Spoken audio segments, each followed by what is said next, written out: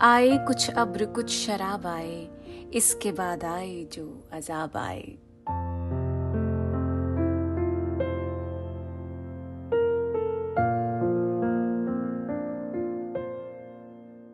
फैज अहमद फैज के इस आइकॉनिक शेर में अब्र और शराब की बूंदों के साथ साथ आपको जज्बात के सैलाब भी सुनाई देंगे। हमें ऐसा लगा कि क्योंकि आजकल बारिशों का मौसम है और अब्र का मतलब ही यही है कि बारिश से पहले की जो आसमान की कैफियत होती है, जो दिलों की कैफियत होती है, जब आसमान पे बादल घिर आते हैं उसे अब्र कहते हैं। तो हमने सोचा क्यों ना अब्र की बात की जाए उर्दू नामा में। इसलिए आज अब्र क्या होता है, उसके मुख्तलिफ मानी क्या होते हैं, ज़िंदगी में अब्र का घिरना क्या होता है, बादलों का छटना क्या होता है, ये मुख्तलिफ कैफियत के बारे में आज एक एक करके नज़र डालेंगे। लेकिन उससे पहले प्रतीक लिधु की आवाज़ में ये शेर सुन लीजिए। आए कुछ अब्र कुछ शराब आए कुछ अब्र कुछ शराब आए, उसके बाद आए जो अजाब आए कुछ अब्र कुछ शराब आए कुछ अब्र।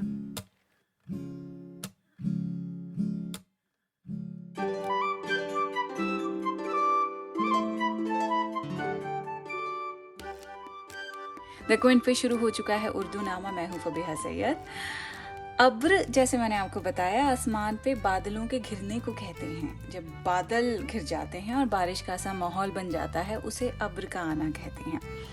अब शायरी में अब्र को सैड मूड के लिए भी इस्तेमाल किया जाता है, अब्र को गुड मूड के लिए भी इस्तेमाल किया जाता है। मिसाल के तौर पे जब ज़िंदगी में आपके बहुत उथल पुथल होती है तो आपको याद होगा आतिश करके मैंने एक एपिसोड किया था और उसमें तपिश के मानी समझाए थे, जिससे डिस्कम्फर्ट के तौर पे भी काफ़ी इस्तेमाल किया जाता है। अब जब ज़िंदगी में तपिश हो, जब आपके मन मुताबिक चीज़ें ना हो रही हों, जब आपको बहुत परेशान करने वाली कैफियत आपको घेर लें, उसे कहा जा सकता है कि आपकी ज़िंदगी में तपिश का माहौल है। और अचानक से जब अब्र आ जाए तो इसे ऐसा मान लेते हैं वो हालात का जो गर्माव है वो जैसे कि ढल रहा हो। तो जब अब्र ज़िंदगी पे छाता है तो एक रिलीफ का भी कॉन्टेक्स्ट होता है। लेकिन जब ज़िंदगी में अब्र छाता है और सैडनेस की बात होती है तो वो ग्रीफ के मानी में आ जाता है। जैसे कि ज़िंदगी में अब्र छा गया है, सनशाइन कहीं नहीं दिख रही है, सूरज के निकलने को पॉजिटिविटी के तौर पे समझा जाता है। उसी तरह से जब सूरज के आगे बादल घिर जाते हैं, अब्र छा जाता है, तो इसे ग्रीफ के मानों में लिया जाता है।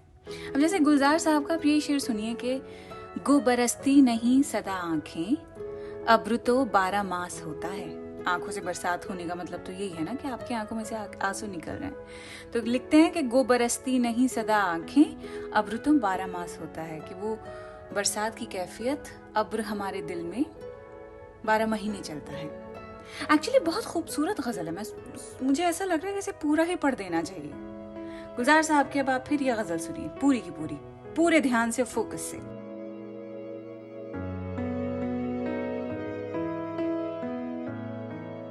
जब भी ये दिल उदास होता है, जाने कौन आसपास होता है, आंखें पहचानती हैं आंखों को, दर्द चेहरा शनास होता है।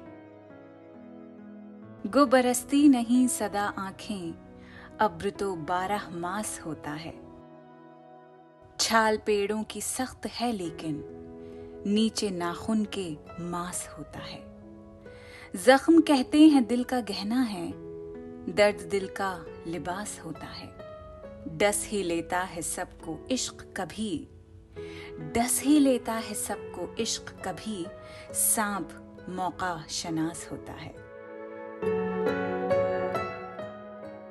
आखिरी शेर में इश्क को सांप कह रहे हैं कि इश्क का होना मानो सांप का डसने के बराबर है।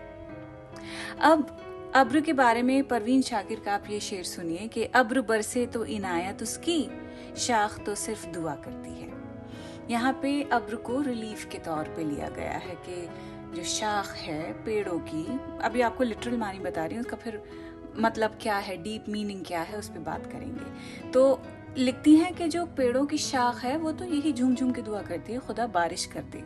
बारिश नहीं होती है, हो जाती है तो खुदा की फिर इनायत ही है।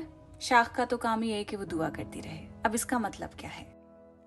इसका अगर आप मतलब समझें तो इसको ऐसे समझिए कि इनायत यहाँ पे खुदा की तरफ से भी हो सकती है, लेकिन क्योंकि परवीन शाकिर लिख रही हैं तो कई बार महबूब की भी बात हो सकती है कि ये इनायत महबूब की इनायत की बात कर रही हैं कि अब्र बरसे तो इनायत उसकी, कि हमारी जो जिंदगी है जिसमें रूखी सूखी ज़मीन है अकेलेपन की, उस पे अगर इनायत के अब्र की 2 बूंदें बरसें तो बहुत बड़ी बात है। शाख अपने दिल को कह रही हैं कि जो दिल है जिसमें मोहब्बत है महबूब के लिए, उसका तो काम ही दुआ करना होता है। अब अब्र बरसे तो इनायत उसकी, कि अगर महबूब की तरफ से कुछ तवज्जो इन्हें मिले तो बहुत बड़ी बात है, वो इनायत है महबूब की। अब्र बरसे तो इनायत उसकी, शाख तो सिर्फ दुआ करती है। तो इसका ये मतलब भी हो सकता है। अब आगे बढ़ते हैं। शकीब जलाली का आप ये शेर सुनिए। लिखते हैं कि ये एक अब्र का टुकड़ा कहाँ कहाँ बरसे, तमाम दश्त ही प्यासा दिखाई देता है।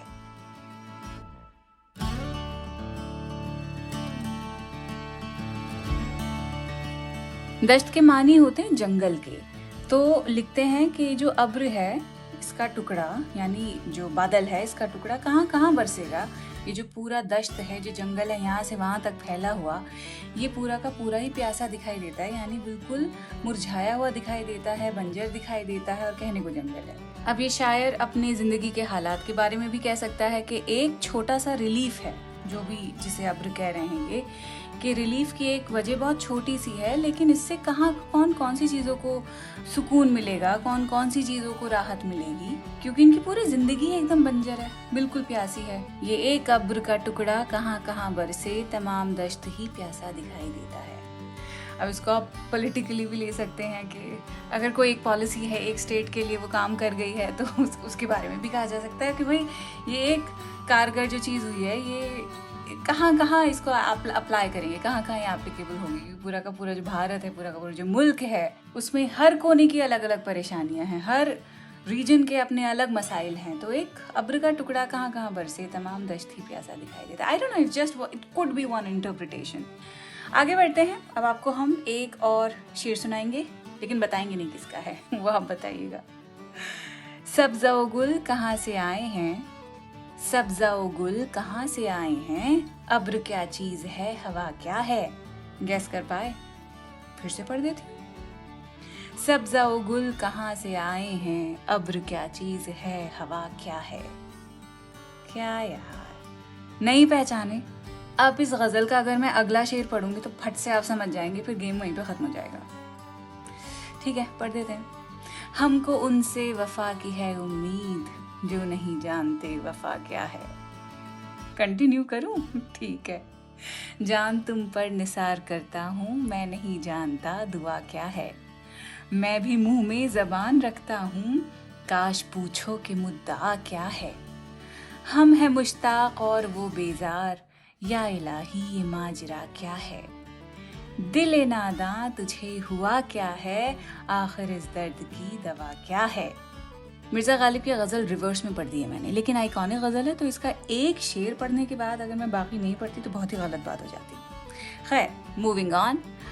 अब्र और बारिश को जुल्फ़ों से भी मिसाल दी जाती है। लाला माधव राम जौहर का आप ये शेर सुनिए, इसे बिल्कुल ये एकदम परफेक्ट एग्जाम्पल है इसी बात का कि गेसुओं को कैसे कहा गया है अब्र।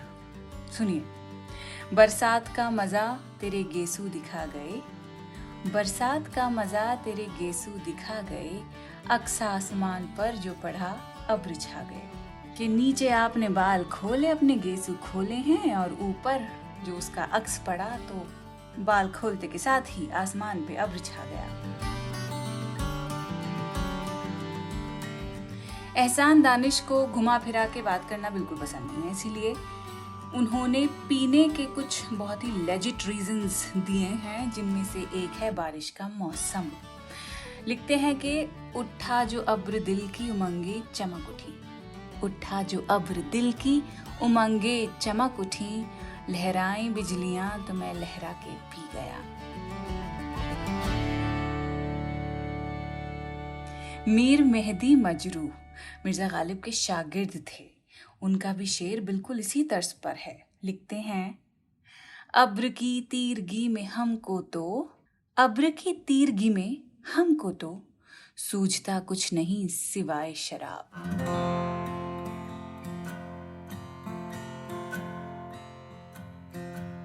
तीरगी का मतलब होता है अंधेरा, साया, छांव। तो वो यही कह रहे हैं कि अब्र की अंधेरे में हमको शराब के अलावा कुछ नहीं सूझता है।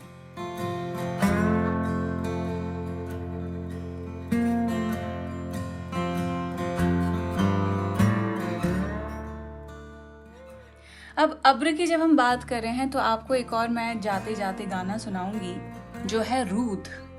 हमारा जो प्रतीक है उसका एक बैंड है और उसका ये गाना है। रूद का मतलब होता है बरसात, if I am not wrong. Yes, so the song is about barsaat and I think you will enjoy it, you will definitely enjoy it, क्योंकि बहुत ही खूबसूरत बीट्स हैं इसकी। अब्र के ऊपर अगर आपको कोई शेर सूझ रहा है, ज़रूरी नहीं है कि शेर में अब्र का जिक्र हो या वर्ड अब्र हो, बरसात भी हो सकता है, बादल भी हो सकते हैं, तो ज़रूर शेयर कीजिए। आपको पता है कहाँ आना है, इंस्टाग्राम पे फबीहा सैयद टाइप करेंगे, मैं फ़ौरन आ जाऊँगी। आज के लिए बस इतना ही। बारिश एंजॉय कीजिए, पकौड़ों के बहाने ना अपने पेट की ऐसी की तैसी मत कीजिएगा, क्योंकि मौसम भी ऐसा है, चीज़ें हजम ठीक से हो नहीं पाती हैं। और चाय भी इतनी मत पिया करें, उससे भी एसिडिटी बहुत हो जाती है। और हमारे यहाँ चाय किस तरह बनती है, मतलब जिस तरह की आप और हम लोगों को पसंद है, और पका पका के जब तक वो कोरमा ना बन जाए तब तक मज़ा नहीं आता है। दम वाली चाय पीने की आदत डालिए, पेट पे हल्की रहती है, जिगर पे हल्की रहती है, आराम से पी जा सकती है। मैंने तो अब यही कर लिया है, मुझसे बिल्कुल भी पक्की हुई चाय नहीं पी जाती है। दिन में एक बार सुबह के वक्त बिल्कुल थोड़ी सी वैसी चल जाएगी, पर उसके बाद दम की हुई चाय बेहतरीन होती है बल्कि। लेकिन हाँ, बारिश जब पड़ती है ज़रूरी थोड़ी है कि चाय से ही दिल के अरमान पूरे होते हैं, कोकोनट वाटर भी पी सकते हैं। चलें, ख्याल रखिए, अगले हफ्ते मिलते हैं।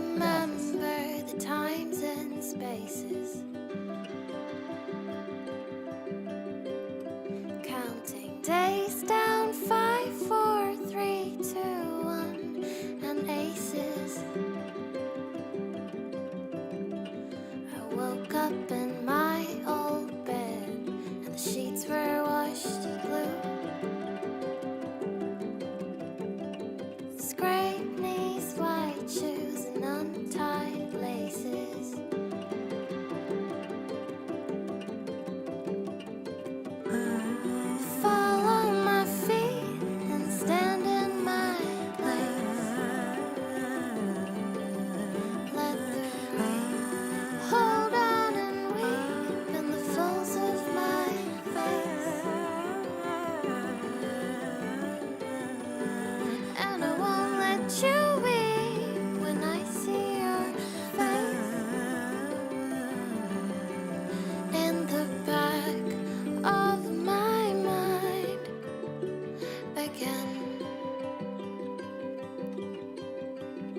In the back of my mind again.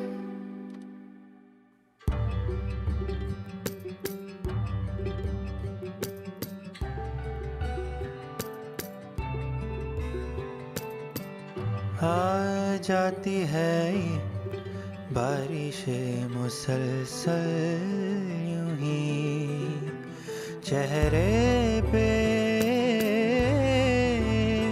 खुशी की बूंदे, चेहरे पे खुशी की बूंदे फिसलती यूं ही। थोड़ी थोड़ी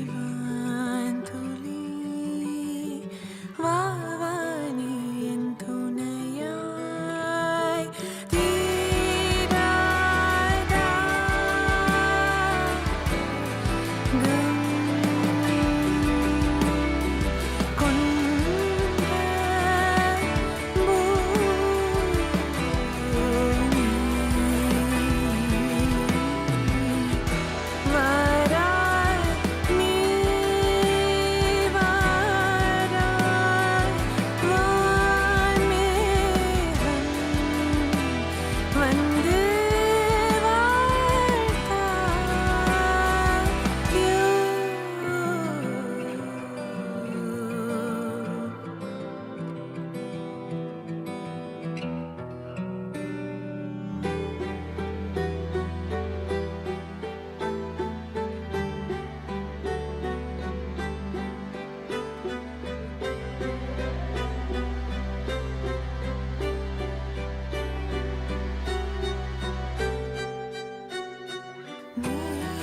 couple of fears. I look at myself like I don't know who is it.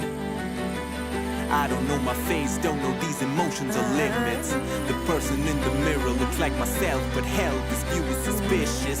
These eyes backing up more lies than rhymes that I'm trying to fit in these triplets. I don't know who the fuck I'm talking to, but I've been writing more than I know I can chew. All of my memories are fading terribly, and I don't even know what the hell I'm about to do. Picking fights every day from 3 to 3. I lost everyone close to me easily. I couldn't be the boy that I looked up to all my life, but I became the man they wanted me to be.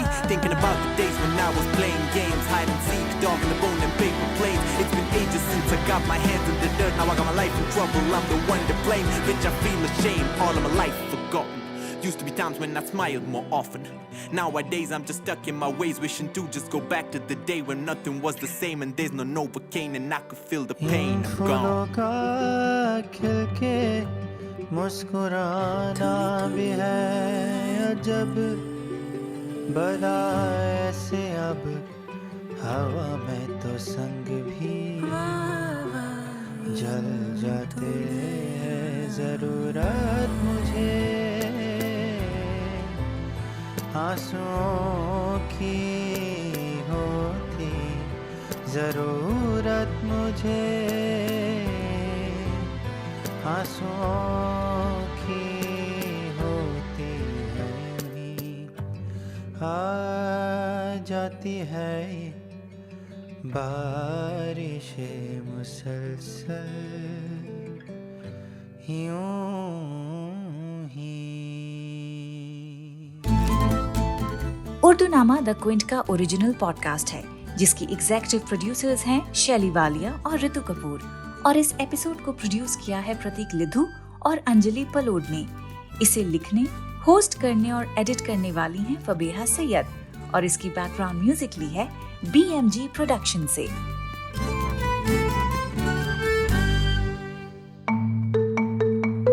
आप सुन रहे थे the Quint का podcast.